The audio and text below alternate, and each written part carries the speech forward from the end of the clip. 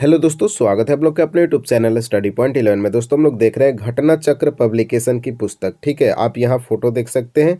और देखिए दोस्तों, संपूर्ण इतिहास की हम लोग बात करते हैं तो उसमें आता है बौद्ध एवं जैन धर्म। तो आज की इस वीडियो में बात करेंगे दोस्तों हम लोग बौद्ध और जैन धर्म के बारे में। जो भी प्रश्न अब तक एसएससी के द्वारा पूछा गया उन सारे प्रश्नों को देखने वाले। ठीक है, आज डे 3 है। इससे पहले हम लोग डे 1 और डे 2 कर चुके हैं दोस्तों। 2 महत्वपूर्ण चैप्टर आप लोग का करा दिया गया है। जिन छात्र ने अभी तक वो सारे वीडियो नहीं देखे हैं, बिल्कुल जाकर उन सारे वीडियो को भी देख लेना है। ठीक है, क्योंकि हर एक प्रश्न दोस्तों आपको बेरोजगार से रोजगार की तरफ ला सकता है। ठीक है, कौन सा प्रश्न आपके पेपर में गेम खेल जाएगा ये किसी को नहीं पता है। ठीक है, तो आप एक एक प्रश्न को समझिए कि आपके पेपर में आया हुआ प्रश्न है। ठीक है, वैसे अगर आप समझेंगे तो बिल्कुल आसानी से आपको सारे प्रश्न याद होते चलेंगे। ठीक है ना, तो लगे रहना है दोस्तों, क्योंकि जीके का जो महासागर है ना उसमें डूबना ही पड़ेगा। ठीक, जैसे आप डूबेंगे तो कुछ ना कुछ तो प्रश्न आपको याद हो ही जाएंगे। और जो प्रश्न याद हो गए अगर वो पेपर में आ गए तो बहुत अच्छी बात है दोस्तों, वरना हम लोग रिलेट करके भी उत्तर दे सकते हैं। ठीक है, जैसा कि अगर आपको हर चैप्टर के बारे में जानकारी रहता है दोस्तों तो आप रिलेट भी कर सकते हैं। तो आपको एक एक चैप्टर का एमसीक्यू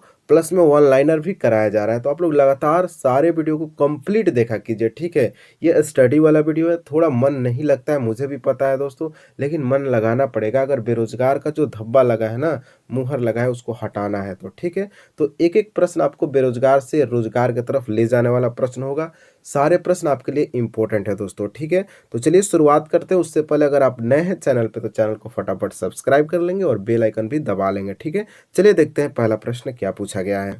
आज का हमारा चैप्टर है बौद्ध एवं जैन धर्म। चलिए दोस्तों शुरुआत करते हैं। सबसे पहले हम लोग वन लाइनर के रूप में प्रश्न देखेंगे, उसके बाद देखेंगे दोस्तों एमसीक्यू इन सारे प्रश्नों का। ठीक है, जिससे पूरा चैप्टर दोस्तों आपको समझ में आएगा। साथ में हर एक प्रश्न का एक्स्ट्रा फैक्ट भी देखेंगे, इस बात को भी आप लोग ध्यान में रखेंगे। ठीक है, तो पूरा वीडियो को कंप्लीट देखना है। पहला सवाल पूछा गया है, किस भारतीय धर्म में 24 तीर्थंकर हुए थे? तो दोस्तों बिल्कुल आसान सवाल है। जैन धर्म में 24 तीर्थंकर का बात बताया गया है, आप लोग को पता होगा। ठीक है, अगला सवाल देखते हैं तो पता चलता है दोस्तों, पूछा है कि बुद्ध के उपदेश किस भाषा में है? तो दोस्तों पाली में बुद्ध ने उपदेश दिया था, ये बात को आप लोग याद रखिएगा, बार बार रिपीट प्रश्न होता है। ठीक है, तो गौतम बुद्ध का उपदेश किस भाषा में है? तो पाली में है। अगला सवाल पूछा गया है, गौतम बुद्ध की मृत्यु के तत्काल बाद किस बौद्ध परिषद को आयोजित किया गया था? तो दोस्तों पहली बौद्ध परिषद का आयोजन किया गया था गौतम बुद्ध के मृत्यु के तत्काल बाद, याद रखेंगे, मोस्ट इंपॉर्टेंट है। अगला है दोस्तों कि त्रिपिटक की पवित्र पुस्तकें हैं, तो बौद्ध धर्म से दोस्तों संबंधित है त्रिपिटक, याद रखिएगा। यहाँ कंफ्यूज छात्र हो जाते हैं, जैन धर्म भी आपके ऑप्शन में दिखता है, लेकिन दोस्तों याद रखना है त्रिपिटक बौद्ध धर्म से संबंधित पुस्तक है। ठीक है, और ये पवित्र पुस्तक है, इससे आप रिलेट करके याद रखिएगा। ठीक है, अगला सवाल है कि भरहुत किससे संबंधित है? दोस्तों तो बौद्ध धर्म से भरहुत संबंधित है, याद रखिएगा। ठीक है, तो भरहुत बौद्ध धर्म से संबंधित है, रट लीजिएगा, आपके पेपर के लिए काफ़ी महत्वपूर्ण है दोस्तों सारे प्रश्न।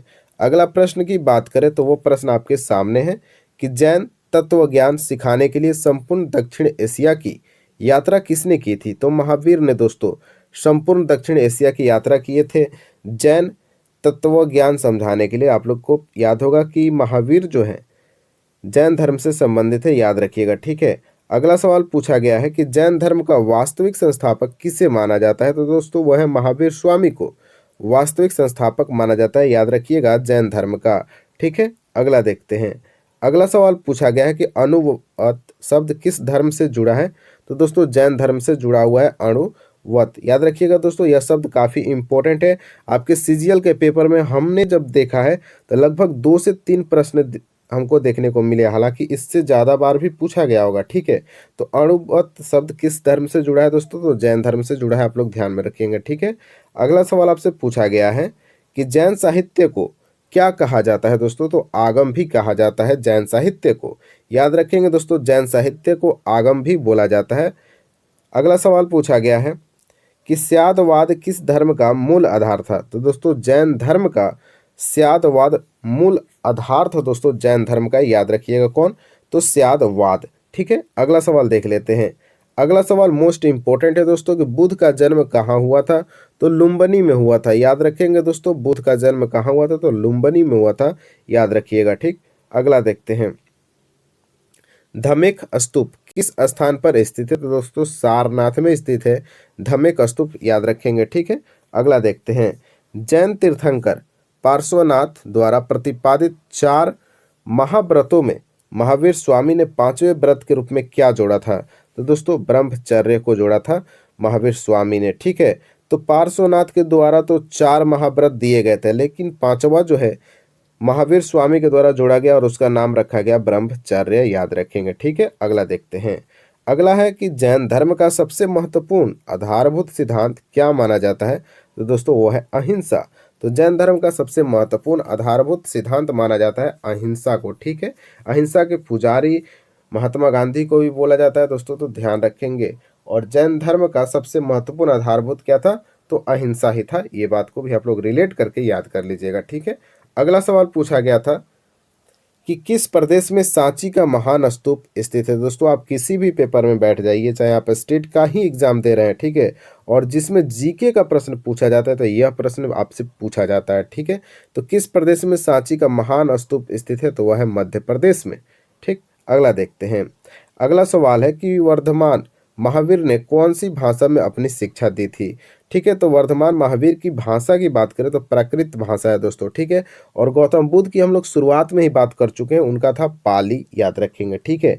और वर्धमान महावीर जो थे उनके प्राकृत भाषा में शिक्षा थी, ठीक। अगला देखते हैं, अजंता की चित्रकारियाँ की कहानियों को दर्शाती है दोस्तों, तो वह जातक की कहानियों को दर्शाती है अजंता की चित्रकारियाँ।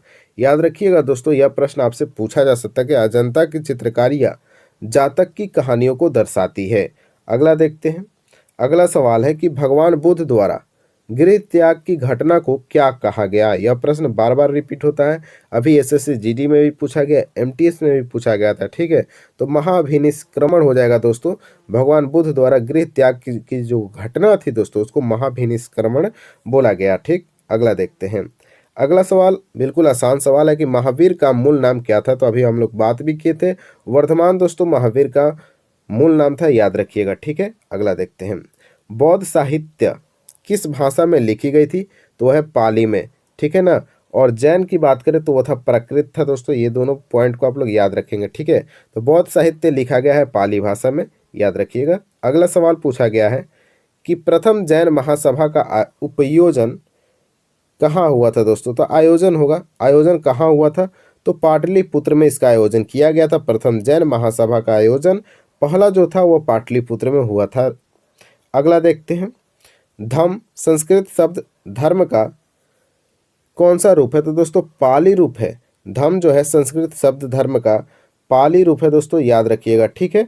अगला देखते हैं, किस स्थान पर गौतम बुद्ध की मृत्यु हुई थी? दोस्तों बिल्कुल आसान सवाल, कुशीनगर में गौतम बुद्ध की मृत्यु हो गई थी, याद रखिएगा। महायान पाठ किससे संबंधित है?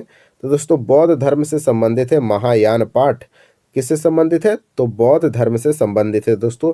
और मैं हर एक प्रश्न को 2 से 3 बार रिपीट कर रहा हूँ, जिससे आपको फटाफट याद वीडियो के दौरान ही होते चले जाएंगे, ठीक है। तो लगातार वीडियो को देखते रहना है। अभी हम लोग एमसीक्यू भी करेंगे, ठीक। देखिए दोस्तों, अगला सवाल पूछा गया है, हीनयान स्कूल का सबसे महत्वपूर्ण काम कौन सा है? तो दोस्तों महावस्तु। हीनयान स्कूल का सबसे महत्वपूर्ण काम की बात करें तो वह था महावस्तु। अगला देखते हैं, तीर्थंकर शब्द किस धर्म से संबंधित है? तो अभी हम लोग बात किए थे दोस्तों कि जैन धर्म में कुल 24 तीर्थंकर हुए थे, ठीक है। और वास्तविक संस्थापक कौन है जैन धर्म का? तो महावीर स्वामी है। तो दोस्तों जैन धर्म से संबंधित है ना तीर्थंकर शब्द, याद रखेंगे, ऐसे प्रश्न आपसे पूछे जाते हैं, ठीक है। और ये सारे के सारे प्रश्न आपसे पूछे गए हैं इन चैप्टर से, ठीक है। गौतम बुद्ध का वास्तविक नाम भी पूछ लिया है, तो वह है सिद्धार्थ। और महावीर का वास्तविक नाम क्या था? तो वर्धमान था, दोनों याद रखेंगे, ठीक है। कैवल्य कौन से धर्म से संबंधित है? दोस्तों जैन धर्म से कैवल्य संबंधित है, याद रखिएगा, ठीक है। अगला देखते हैं, जैनियों द्वारा अपने पवित्र ग्रंथों के लिए सामूहिक रूप से किस शब्द का प्रयोग किया जाता है? तो वह है दोस्तों अंग। तो जैनियों द्वारा अपने पवित्र ग्रंथों के लिए दोस्तों सामूहिक रूप से अंग शब्द का प्रयोग किया गया है, याद रखिएगा, ठीक है। अगला देखते हैं, माउंट आबू स्थित मशहूर दिलवाड़ा मंदिर निम्नलिखित में से किस समुदाय का पवित्र तीर्थ स्थल है? तो दोस्तों वह है जैन धर्म का, ठीक है। तो माउंट आबू में स्थित है दोस्तों दिलवाड़ा मंदिर, और यह किससे जुड़ा है? तो जैन धर्म से जुड़ा हुआ पवित्र तीर्थ स्थल है दोस्तों जैन धर्म का, याद रखिएगा। ठीक है, कौन? तो दिलवाड़ा मंदिर। देखते हैं अगला सवाल। अगला सवाल है कि दिलवाड़ा के चालुक्य मंदिर यानी जैन मंदिर कहाँ स्थित है दोस्तों? राजस्थान में। याद रखिएगा, दिलवाड़ा का चालुक्य मंदिर कहाँ स्थित है? तो राजस्थान में है दोस्तों। और दिलवाड़ा का चालुक्य मंदिर किससे संबंधित है? तो जैन मंदिर है, यानी कि जैन धर्म से संबंधित है। ये सारे पॉइंट आपको ध्यान में रखना है। ठीक है, अगला सवाल पूछा गया था कि प्रथम बौद्ध परिषद कहाँ आयोजित हुई थी दोस्तों? तो वो था राजगृह में। तो प्रथम बौद्ध परिषद का आयोजन किया गया था राजगृह में, याद रखिएगा। ठीक है, अब चलिए दोस्तों देखते हैं हम लोग फटाफट एमसीक्यू। ठीक है, सारे एमसीक्यू फॉर्म में प्रश्न भी लगा लेते हैं, जिससे आपको सारे प्रश्न याद हो जाएंगे दोस्तों। और एक्स्ट्रा फैक्ट भी हम लोग बात करेंगे वीडियो के दौरान। ठीक है, हर एक प्रश्न का एक्स्ट्रा फैक्ट भी देखते चलेंगे। चलिए देखते हैं पहला सवाल क्या है। देखिए, पहला सवाल पूछा गया कि गौतम बुद्ध का जन्म स्थान किसके द्वारा अंकित किया गया जाता है? मोस्ट इंपॉर्टेंट प्रश्न है दोस्तों, आपके एसएससी के एग्जाम की बात करें या फिर रेलवे की बात करें। ठीक है, तो दोस्तों अशोक मौर्य का रुमनीदेई स्तंभ जो है गौतम बुद्ध का जन्म स्थान के रूप में अंकित किया गया है, याद रखिएगा। ठीक है, रुमनीदेई स्तंभ, याद रखिएगा। ठीक है, आइए देखते हैं कुछ एक्स्ट्रा फैक्ट दोस्तों। ठीक है, एक्स्ट्रा फैक्ट की बात करें तो अशोक के रुमनीदेई लघु स्तंभ लेख से पता चलता है कि वह अपने राज्याभिषेक के 20वें वर्ष लुम्बिनी ग्राम में गया। उसने वहां पत्थर की दीवार बनवाई और शिला स्तंभ खड़ा किया। वहां भगवान बुद्ध का जन्म 563 ईसा पूर्व में हुआ था। अतः लुम्बिनी ग्राम का भूमिकर घटाकर 1/8 भाग कर दिया गया। ये सारे फैक्ट आपके पेपर के लिए काफ़ी महत्वपूर्ण है। अब देखते हैं दूसरा नंबर सवाल क्या पूछा गया है। देखिए, सेकंड सवाल पूछा गया है कि बुद्ध किस वंश से संबंधित थे? बिल्कुल आसान सवाल, हालांकि जिन छात्र ने इस चैप्टर को पढ़ रखा है उनके लिए आसान होगा। तो वो था शाक्य दोस्तों, इसका सही उत्तर हो जाएगा। ठीक है, तो बुद्ध किस वंश से संबंधित है? तो शाक्य वंश से संबंधित थे। अगला एक्स्ट्रा फैक्ट इसका देखते हैं तो बौद्ध धर्म के प्रवर्तक महात्मा बुद्ध शाक्य वंश से संबंधित थे। इनका जन्म कपिल वस्तु के लुम्बिनी में शाक्य मुखिया सुधोधन के यहाँ हुआ था। ये सारे फैक्ट आपके लिए काफ़ी महत्वपूर्ण हो जाएंगे पेपर के लिए। ठीक है, अगला सवाल पूछा गया है कि प्रथम बौद्ध परिषद कहाँ आयोजित की गई? देखिए, प्रथम बौद्ध परिषद हम लोग बात किए थे ना वन लाइनर फॉर्म में, क्या था सही उत्तर? तो राजगृह था। तो ऑप्शन सी हमारा सही हो जाएगा दोस्तों कि प्रथम बौद्ध परिषद राजगृह में इसका आयोजन किया गया। एक्स्ट्रा फैक्ट आपके लिए काफ़ी महत्वपूर्ण है। तो प्रथम बौद्ध परिषद का आयोजन मगध सम्राट अजातशत्रु के समय में राजगृह के सप्तपर्णी गुफा में किया गया था। और इस बौद्ध परिषद की अध्यक्षता किसने किया? तो महाकश्यप ने किया था दोस्तों। ये सारे फैक्ट यानी किसके शासनकाल में हुआ था दोस्तों? तो अजातशत्रु में। और इसके अध्यक्षता किसने किया? तो महाकश्यप किया। कहाँ हुआ था दोस्तों? राजगृह में पहला बौद्ध परिषद। या ये सारे फैक्ट आपको ध्यान में रखना है। ठीक है, अगला देखते हैं। अगला सवाल आपसे पूछा गया है कि पांचवी बौद्ध परिषद का आयोजन किसने किया था?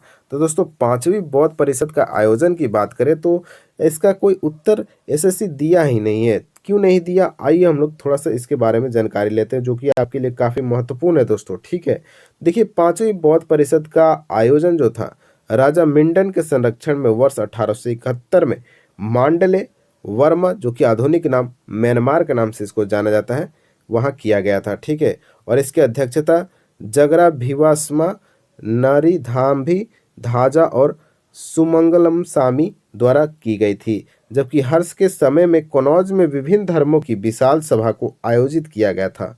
जबकि अशोक के समय तीसरी और कनिष्क के समय चौथी बौद्ध परिषद का आयोजन किया गया था। ये सारे पॉइंट आपके लिए महत्वपूर्ण है दोस्तों। ठीक है, इस वीडियो को आप लोग 2 बार कम से कम देख लीजिएगा। ठीक है, तब जाकर आपको यह चैप्टर क्लियर समझ में आने लगेगा। देखिए, प्रश्न पूछा गया कि बुद्ध का अर्थ क्या होता है? देखिए, बुद्ध का अर्थ तो दोस्तों ज्ञान प्राप्ति होता है, ध्यान रखेंगे। ठीक है, तो बुद्ध का अर्थ हो जाएगा ज्ञान प्राप्ति। आइए थोड़ा एक्स्ट्रा फैक्ट भी देख लेते हैं। देखिए दोस्तों, 6 वर्षों की साधना के पश्चात 35 वर्ष की आयु में वैशाख पूर्णिमा की रात को एक पीपल के वृक्ष के नीचे सिद्धार्थ को ज्ञान प्राप्त हुआ। सिद्धार्थ ही बने थे दोस्तों, गौतम बुद्ध बने थे। और इसके बाद वह बुद्ध के नाम से विख्यात हुए। अतः बुद्ध का अर्थ होता है ज्ञान प्राप्ति। ध्यान रखेंगे, मोस्ट इंपोर्टेंट प्रश्न है दोस्तों। वैदिक सभ्यता की बात करें या फिर जैन धर्म और बौद्ध धर्म की बात करें तो शब्द का अर्थ से सवाल जरूर पूछा जाता है। ये सारे पॉइंट जो बता रहे हैं, अर्थ बता रहे हैं, ये सारे आपको ध्यान में रखना है। ठीक है, अगला देखते हैं। अगला सवाल है कि निम्न में से बौद्ध साहित्य की पहचान कीजिए, यानी आपको बताना है कि इनमें से कौन बौद्ध साहित्य है। तो दोस्तों इसका सही उत्तर होगा त्रिपिटक। जब ऑनलाइनर फॉर्म करा रहे थे तो उसमें यह प्रश्न था, तो ध्यान रखेंगे। तो बौद्ध साहित्य का पहचान करना था तो हो जाएगा त्रिपिटक, मोस्ट इंपॉर्टेंट है, ध्यान रखेंगे, ठीक है। अगला देखते हैं, उससे पहले हम लोग थोड़ा सा डिटेल्स देख लेते हैं। देखिए दोस्तों, त्रिपिटक बौद्ध धर्म का साहित्य का अंग है और ये है सुत्त पिटक, विनय पिटक और अभिधम पिटक। ये तीनों पिटक का नाम आपको ध्यान में रखना है, ठीक है। और उपनिषद एवं आरण्यक वैदिक ब्राह्मण धर्म से तथा अंग जो है जैन धर्म से संबंधित हैं। अंग किससे संबंधित है दोस्तों? जैन धर्म से। उपनिषद और आरण्यक किससे संबंधित है? तो वैदिक और ब्राह्मण धर्म से। और ये सारे पॉइंट आपको ध्यान में रखना है। बौद्ध धर्म से कौन संबंधित है? त्रिपिटक। और त्रिपिटक में कौन कौन है? सुत्त पिटक है, विनय पिटक है और अभिधम पिटक है। अब देखते हैं अगला सवाल। अगला सवाल है कि बौद्ध धर्म ने समाज के दो वर्गों को अपने साथ जोड़कर एक महत्वपूर्ण प्रभाव छोड़ा। ये वर्ग कौन थे? तो दोस्तों इसका सही उत्तर हो जाएगा स्त्रियां एवं शूद्र। तो बौद्ध धर्म ने समाज के दो वर्णों को अपने साथ जोड़कर एक महत्वपूर्ण प्रभाव छोड़ा था। और ये कौन कौन वर्ग थे? याद रखिएगा, स्त्रियां और शूद्र। यह कब का परीक्षा में पूछा गया? तो देख लीजिए 2006 के परीक्षा में सीपीओ के एग्जाम में पूछा गया प्रश्न है। देखिए दोस्तों, इस बारे में बात करें तो बौद्ध धर्म ने स्त्रियों और शूद्रों के लिए अपने द्वार खोलकर समाज पर गहरा प्रभाव जमाया। ब्राह्मण धर्म ने स्त्रियों और शूद्रों को एक ही दर्जे में रखा और उनके लिए न योग्य पवित्र संस्कार का विधान किया और न वेदाध्ययन का, ठीक है। और बौद्ध धर्म ग्रहण करने पर उन्हें इस अधिकारहीनता से मुक्ति मिल गई दोस्तों। तो ध्यान रखिएगा कि बौद्ध धर्म जो है स्त्रियों और शूद्रों के लिए काफ़ी काम अच्छा किया है, इस बात को आप लोग याद रखेंगे, ठीक है। अगला देखते हैं। अगला सवाल पूछा गया है कि बुद्ध ने अपना प्रथम प्रवचन कहाँ दिया था, ठीक है। आप लोग देखते हैं कि साधु संत लोग प्रवचन देते हैं, वैसे ही गौतम बुद्ध ने अपना प्रथम प्रवचन कहाँ दिया था, यह प्रश्न बार बार पेपर में पूछा जाता है। तो इसका बार बार उत्तर होता है सारनाथ। याद रखिएगा कि बुद्ध ने अपना प्रथम प्रवचन कहाँ दिया था? तो सारनाथ में दिया था। आइए देखते हैं एक्स्ट्रा फैक्ट। देखिए दोस्तों, बुद्ध ने अपना प्रथम प्रवचन यानी उपदेश सारनाथ ऋषि पतनम में दिया, जिसे बौद्ध ग्रंथों में धर्म चक्र प्रवर्तन कहा गया, ठीक है। और बुद्ध ने अपने उपदेश जनसाधारण की भाषा पाली में दी थी। पाली मैं बार बार बता रहा हूँ, जब भी गौतम बुद्ध या बौद्ध धर्म की भाषा की बात करें तो पाली बताइएगा, बिल्कुल सही हो जाएगा, ठीक है। चलिए देखते हैं अगले सवाल को। अगला सवाल पूछा गया है दोस्तों, मोस्ट इंपॉर्टेंट सवाल है, पहले इसको ध्यान से पढ़ते हैं हम लोग, ठीक है। तो बौद्ध धर्म निम्न में से किन मतों पर विश्वास करता है? पहला है दुनिया दुखों से भरी है। बी नंबर में लिखा है लोगों को दुख उनकी इच्छाओं के कारण होते हैं। और ऑप्शन सी है यदि इच्छाओं पर काबू पा लिया जाए तो निर्वाण मिल जाएगा। और ऑप्शन डी है ईश्वर और आत्मा के अस्तित्व को स्वीकार करना चाहिए। अब आपको कूट दिया गया है दोस्तों, और क्या सवाल पूछा गया था कि बौद्ध धर्म निम्न में से किन मतों पर विश्वास करता है। आइए कूट देख लेते हैं दोस्तों, ठीक है। तो कूट में अगर आपको दिख रहा है ABC, यानी कि दोस्तों एक बार फिर से हम लोग इस प्रश्न पर डिस्कशन कर लेते हैं, ठीक है। देखिए, बौद्ध धर्म जो है निम्न मतों पर विश्वास करता था, उनमें से पहला है दुनिया दुखों से भरी है, बिल्कुल सही है। और ऑप्शन बी है लोगों को दुख उनकी इच्छाओं के कारण होती है, ये भी सही है। और यदि इच्छाओं पर काबू कर लिया गया तो निर्वाण मिल जाएगा, बिल्कुल ये भी सही है। तो ABC ये तीन मत जो है दोस्तों, इस पर विश्वास करता था बौद्ध धर्म, याद रखेंगे, ठीक है। अब आइए देखते हैं एक्स्ट्रा फैक्ट। देखिए, बौद्ध धर्म अनिश्वरवादी और अनात्मवादी है और इसके अनुसार दुनिया दुखों से भरी है। लोगों को दुख उनकी इच्छाओं यानी तृष्णा के कारण होती है। यदि इच्छाओं पर काबू पा लिया जाए तो निर्वाण मिल जाएगा दोस्तों, ऐसा बौद्ध धर्म का मानना था, ठीक है। और इसी मतों पर यह काम करता था, विश्वास करता था। चलिए देखते हैं अगला सवाल। अगला सवाल है कि धातु से बने सिक्के सबसे पहले प्रकट हुए थे कहाँ पर, ठीक है। तो दोस्तों इसका सही उत्तर होगा बुद्ध के काल में। तो धातु से बने सिक्के सबसे पहले प्रकट हुए थे बुद्ध के काल में दोस्तों, याद रखिएगा, ठीक है। ये कब का परीक्षा में पूछा गया? तो 2010 के परीक्षा में पूछा गया प्रश्न है, याद रखेंगे, ठीक है। भारत के प्राचीनतम धातु के सिक्कों को जो 5वीं अथवा 6ठी शताब्दी ईसा पूर्व यानी बुद्ध के काल के हैं, जिसे पंचमार्क अथवा आहत सिक्का कहा जाता है और ये अधिकांशतः चांदी के होते थे, परंतु कुछ तांबे के आहत सिक्के भी प्राप्त हुए हैं और इन्हें आहत इसलिए कहा जाता था क्योंकि इन पर अलग से ठप्पा मारकर विभिन्न प्रतीक अंकित किए गए थे। ऐसे सिक्के समूचे देश में तक्षशिला से मगध तक और मगध से मैसूर तक मिला करते थे। दोस्तों ध्यान रखेंगे, ठीक है। तो हो जाएगा इसका सही उत्तर बुद्ध के काल का। अगला सवाल देखते हैं कि प्रारंभिक बौद्ध ग्रंथों की रचना किसमें की गई थी। तो दोस्तों वह था पाली पाठ में प्रारंभिक बौद्ध धर्म ग्रंथों की रचना की गई थी। देखिए दोस्तों एक्स्ट्रा फैक्ट भी देख लेते हैं फटाफट। तो प्रारंभिक बौद्ध ग्रंथों की रचना पाली पाठ में की गई थी और पाली उस समय आमजनों की भाषा थी। बाद में बौद्ध धर्म ग्रंथ संस्कृत में भी लिखे गए हैं, लेकिन बाद में लिखे गए हैं दोस्तों, ध्यान रखिएगा, ठीक है, संस्कृत में। देखिए अगला सवाल 12 नंबर सवाल है कि आरंभिक बौद्ध साहित्य किस भाषा में रचे गए थे। फिर से आरंभिक की बात की जा रही है तो पाली, अगर बाद में पूछे तो संस्कृत बता सकते हैं, ठीक है, हम लोग ऊपर डिस्कस कर चुके हैं। देखिए अगला सवाल है कि निम्न में से कौन सा एक भारत में उत्पन्न सबसे बाद वाला बौद्ध ग्रंथ है। तो दोस्तों वह है आपका वाम सात पाकसीनी। याद रखिएगा ये सबसे बाद में उत्पन्न बौद्ध ग्रंथ है कौन, तो वाम सात पाकसीनी। याद रखिएगा 2011 के पेपर में सीपीओ के पेपर में पूछा गया है, ठीक है। देखिए दोस्तों अगर एक्स्ट्रा फैक्ट की बात करें तो उपयुक्त विकल्पों में से भारत में रचित सबसे बाद में बौद्ध धर्म ग्रंथ है वाम सात पाकसीनी। इसकी रचना 10वीं शताब्दी में हुई थी, ठीक है। अगला देखते हैं। अगला सवाल है कि बौद्ध धर्म में बुल का संबंध बुद्ध के जीवन की किस घटना के साथ है। बुल मतलब दोस्तों बैल, ठीक है, अंग्रेजी में लिख दिया गया है लेकिन बैल होगा दोस्तों, ध्यान रखेंगे, ठीक है। तो बैल का संबंध बुद्ध के जीवन की किस घटना से माना जाता है दोस्तों, तो वह है जन्म से। यानी कि गौतम बुद्ध का जन्म को बैल के द्वारा संकेत किया जाता है, ऐसा आप लोग करके याद रखिएगा, ठीक है। अगला सवाल देखते हैं, उससे पहले थोड़ा सा एक्स्ट्रा फैक्ट देख लेते हैं। एक्स्ट्रा फैक्ट की दोस्तों बात करें तो कमल व साढ़ का संबंध बुद्ध के जन्म से है। कमल और साढ़, ठीक है। घोड़ा गृह त्याग से है। पीपल जो कि बोधि वृक्ष ज्ञान से है।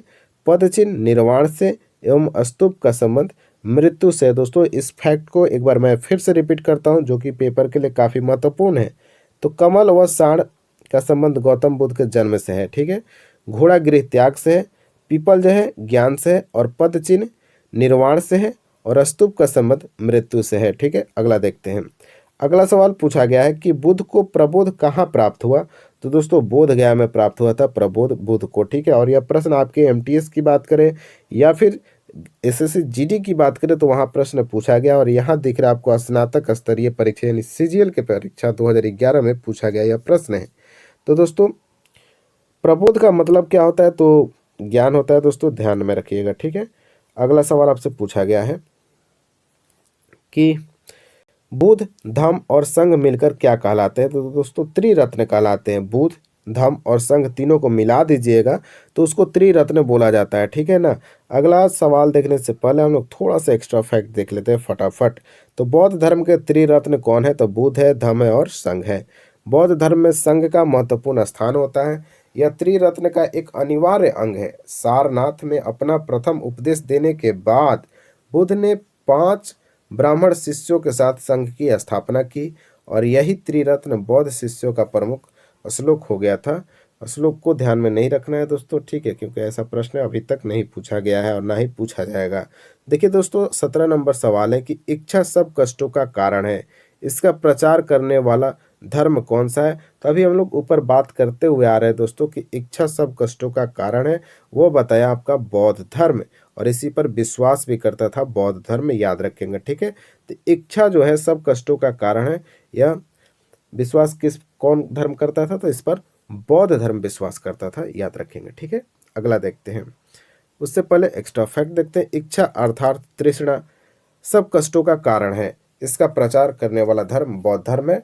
बौद्ध धर्म के 4 आर्य सत्य, दुख समुदाय, दुख निरोध तथा दुख निरोधगामिनी है। ये सारे फैक्ट आपको ध्यान में रखना है, ठीक है।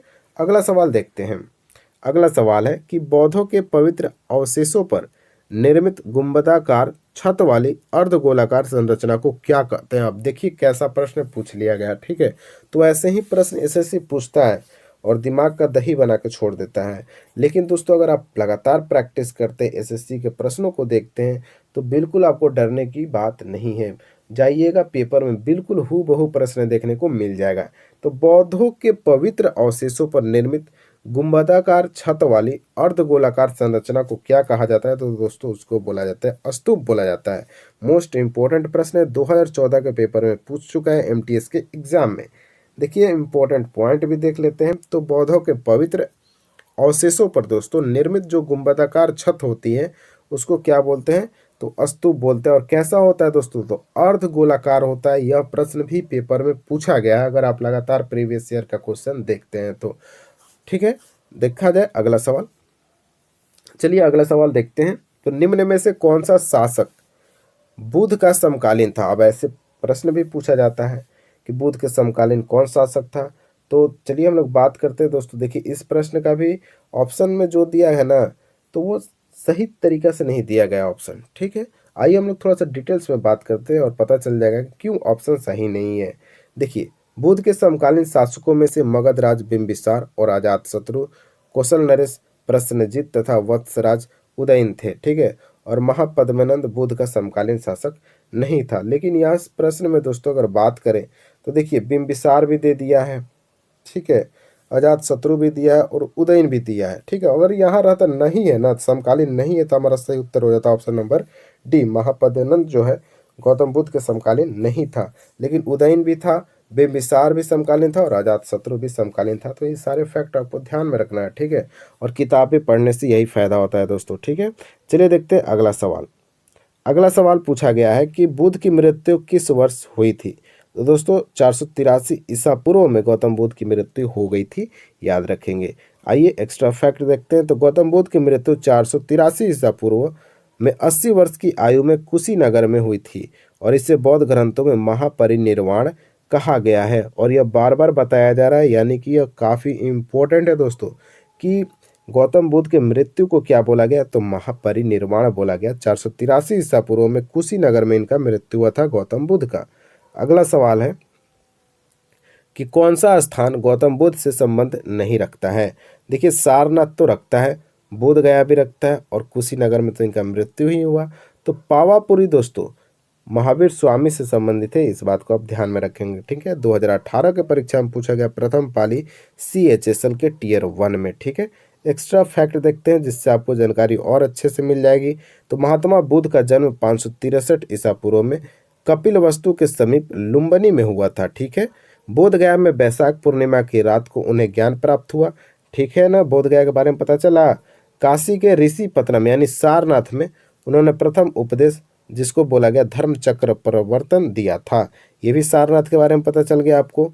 और कुशीनगर में यानी कुशीनारा भी इसको बोला जाता है, इनका निधन हुआ था, ठीक है। जबकि 527 ईसा पूर्व के लगभग 72 वर्ष की आयु में राजगिरी यानी राजगीर जिसको बोला गया है अब के समय में के समीप स्थित पावापुरी में महावीर स्वामी की मृत्यु हुई थी। याद रखिएगा दोस्तों, पावापुरी में महावीर स्वामी की मृत्यु हुई थी। अगला देखते हैं। अगला सवाल 22 नंबर सवाल आपसे पूछा गया है कि भारतीय इतिहास के निम्नलिखित युग्मों में से किसके दौरान क्षत्रिय एक विशिष्ट पहचान रखते थे? तो दोस्तों बुद्ध के युग में दोस्तों क्षत्रिय जो है एक विशिष्ट पहचान रखा करते थे। किसके समय में? तो बुद्ध के युग में, याद रखिएगा, ठीक है। अगला सवाल देखते हैं, उससे पहले हम लोग थोड़ा सा एक्स्ट्रा फैक्ट भी देखते हैं। तो बुद्ध जो है, बुद्ध का जो युग था दोस्तों, उसमें क्षत्रिय एक विशिष्ट पहचान रखा करते थे। महात्मा बुद्ध एवं महावीर स्वामी स्वयं क्षत्रिय कुल से संबंधित भी थे, आपको पता है। और बौद्धकालीन ग्रंथ अंगुत्तर निकाय में महाजन पदों की सूची प्राप्त हुई है जिसके अधिकतर शासक क्षत्रिय कुल से संबंधित है, ठीक। अगला देखते हैं, महावीर कौन थे दोस्तों? बिल्कुल बहुत बड़ा सवाल इसको कह सकते हैं आप, ठीक है। तो महावीर कौन थे आपको बताना है दोस्तों। तो ये महावीर जो है अब जैन धर्म के 24वें तीर्थंकर थे, आपको पता होगा। बिल्कुल बच्चा वाला सवाल है, चौथा पांचवा में महावीर के बारे में पढ़ाया गया है, ठीक है। देखिए महावीर जैनियों के 24वें तीर्थंकर थे और जैन धर्म के वास्तविक संस्थापक भी इनको माना जाता है, याद रखिएगा। और जैन धर्म के 23वें कौन थे? तो दोस्तों पार्श्वनाथ थे, ये सारे फैक्ट आपके लिए काफ़ी महत्वपूर्ण है परीक्षा के लिए। देखिए दोस्तों, अगला सवाल है कि भारत में जैन धर्म का संस्थापक कौन है? तो दोस्तों, जैन धर्म अगर भारत की बात करें तो महावीर हो जाएंगे। तो भारत में जैन धर्म का संस्थापक है दोस्तों महावीर। आइए एक्स्ट्रा फैक्ट देखते हैं। देखिए, भारत में जैन धर्म के प्रथम तीर्थंकर ऋषभ देव या फिर आदिनाथ को माना तो जाता है, और इनका प्रथम उल्लेख ऋग्वेद में 22वें तीर्थंकर अरिस्टनेमी के साथ मिलता है। और जैन धर्म का वास्तविक संस्थापक 24वें तीर्थंकर महावीर स्वामी को माना जाता है। वास्तविक दोस्तों पूछे तो आपको डायरेक्ट बताना है महावीर स्वामी, जो कि 24वें तीर्थंकर रहे थे जैन धर्म के। अगला सवाल देखते हैं। अगला सवाल है कि जैन धर्म का पहला तीर्थंकर किसे माना जाता है? तो दोस्तों, ऋषभ देव को जैन धर्म का पहला तीर्थंकर माना जाता है। किसको? ऋषभ देव को, ध्यान रखिएगा, ठीक है। अगला देखते हैं। अगला सवाल फिर से वही प्रश्न कि वर्धमान महावीर ने परिनिर्वाण कहाँ प्राप्त किया? तो दोस्तों, पावा यानी पावापुरी में वर्धमान महावीर ने परिनिर्वाण प्राप्त किया था, याद रखेंगे दोस्तों। एक्स्ट्रा फैक्ट हम लोग देखते चलते हैं। तो वर्धमान महावीर ने मल महाजनपद की राजधानी जो पावा या फिर पावापुरी में परिनिर्वाण प्राप्त किया। और पावापुरी जो है बिहार राज्य के नालंदा जिले में स्थित है। ये सारे फैक्ट आपके पेपर के लिए बिल्कुल इम्पोर्टेंट है। अगला सवाल है कि जैन साहित्य को क्या कहा जाता है? तो देखिए दोस्तों, जैन साहित्य को अंग बोला जाता है, याद रखेंगे, ठीक है। जैन साहित्य को क्या बोला जाता है? अंग बोला जाता है। और त्रिपिटक किससे संबंधित है दोस्तों? तो बौद्ध धर्म से संबंधित है, आप लोग को ध्यान में रखना है, ठीक है। एक्स्ट्रा फैक्ट देख लेते हैं। देखिए, जैन साहित्य को आगम सिद्धांत भी कहा जाता है, और इसके अंतर्गत 12 अंग, 12 उपांग, 10 प्रकीर्ण, 6 छेद सूत्र, 4 मूल सूत्र एवं अनुयोग सूत्र आते हैं, ठीक है। बौद्ध साहित्य को त्रिपिटक कहा जाता है, अभी मैंने बताया, ध्यान रखेंगे। अगला सवाल पूछा गया दोस्तों कि प्राचीन भारत का प्रसिद्ध वह शासक कौन था जिसने अपने जीवन के अंतिम दिनों में जैन धर्म अपना लिया था? तो वह था दोस्तों चंद्रगुप्त। जब इसका अंतिम समय चल रहा था तब इसने जैन धर्म को अपनाया था, ठीक है। और अशोक जो है दोस्तों, अशोक ये जो दिख रहा है ऑप्शन में ना, यह कौन सा धर्म को अपना लिया था? तो बौद्ध धर्म को अपनाया था अशोक, याद रखिएगा। और चंद्रगुप्त जो है दोस्तों जैन धर्म को अपनाया था, ठीक है। तो दोनों धर्म से रिलेटेड जो जानकारियां परीक्षाएं में पूछी जाती हैं लगभग सेम ही है दोस्तों, ठीक है। बस वहाँ नाम बदल जाते हैं, इस बात को ध्यान में रखेंगे, ठीक है। देखिए, ये 2011 के परीक्षा में पूछा गया प्रश्न था। देखिए, अब अगला सवाल देखते हैं। उससे पहले थोड़ा सा डिटेल्स देखना भी जरूरी होता है दोस्तों हर एक प्रश्न का। देखिए, चंद्रगुप्त मौर्य ने अपने जीवन के अंतिम दिनों में जैन धर्म अपना लिया, और उसने जैन साधु भद्रबाहु से जैन धर्म की दीक्षा लेकर श्रवण बेलगोला यानी कर्नाटक स्थित चंद्रगिरी पहाड़ी पर 298 ईसा पूर्व में उपवास यानी सलेखना द्वारा अपना शरीर त्याग कर दिया। दोस्तों कौन? तो चंद्रगुप्त मौर्य, जो कि जैन धर्म अपना लिया था भद्रबाहु से शिक्षा लेकर, ठीक है। चलिए देखते हैं अगला सवाल। अगला सवाल पूछा गया कि दक्षिण भारत में प्रसिद्ध जैन केंद्र कहाँ स्थित है? दक्षिण भारत में दोस्तों प्रश्न पूछा गया है, तो वह है दोस्तों श्रवण बेलगोला, याद रखेंगे दोस्तों। दक्षिण भारत में प्रसिद्ध जैन केंद्र कहाँ स्थित है? तो श्रवण बेलगोला में स्थित है। 2014 के परीक्षा में पूछा गया है सीजीएल के पेपर में, ठीक है। देखते हैं एक्स्ट्रा फैक्ट। देखिए, एक्स्ट्रा फैक्ट में बात करें तो दक्षिण भारत में प्रसिद्ध जैन केंद्र कर्नाटक में मैसूर स्थित श्रवण बेलगोला है, और यहाँ गोमतेश्वर की मूर्ति चामुंडराय ने बनवाई थी दोस्तों, यह भी आपको ध्यान में रखना है, ठीक है। तो दोस्तों, यह वीडियो आपको कैसा लगा आप लोग जरूर बताइए। और ये रहे आपके इम्पोर्टेंट चैप्टर, वैदिक सभ्यता करा रखा है, हड़प्पा सभ्यता करा रखा है। वीडियो अगर आपको अच्छा लगता है दोस्तों, हेल्पफुल लगता है, तो जरूर चैनल को सब्सक्राइब करेंगे, और वीडियो को शेयर अपने 2 दोस्तों के बीच तो जरूर ही कर डालेंगे, ठीक है। अगर आप टेलीग्राम ग्रुप पर है तो वहाँ भी आप शेयर करते रहेंगे, ठीक है, सारे वीडियो को, क्योंकि हर एक वीडियो आपके लिए है और आप सारे बच्चों के लिए है, तो सबके पास वीडियो पहुंचना चाहिए दोस्तों, ठीक है। सबको जानकारी मिलनी चाहिए कि ऐसे भी पढ़ा जा सकता है आसानी से कम समय में, ठीक है। चलिए दोस्तों, मिलते हैं नेक्स्ट वीडियो के साथ। देखते हैं आप लोग कितना शेयर करते हैं, और मन लगा के पढ़िए दोस्तों, क्योंकि इधर एग्ज़ाम काफ़ी सारा एसएससी का होने वाला है, ठीक है। या फिर स्टेट का भी अगर तैयारी करते हैं तो आपके लिए बेस्ट बुक है यह। तो सारे प्रश्न आपके पेपर के लिए महत्वपूर्ण है, ठीक है। तो आप लोग वीडियो को शेयर करते रहें, ठीक है। मिलते हैं दोस्तों नेक्स्ट वीडियो के साथ, तब तक के लिए जय हिंद, जय भारत।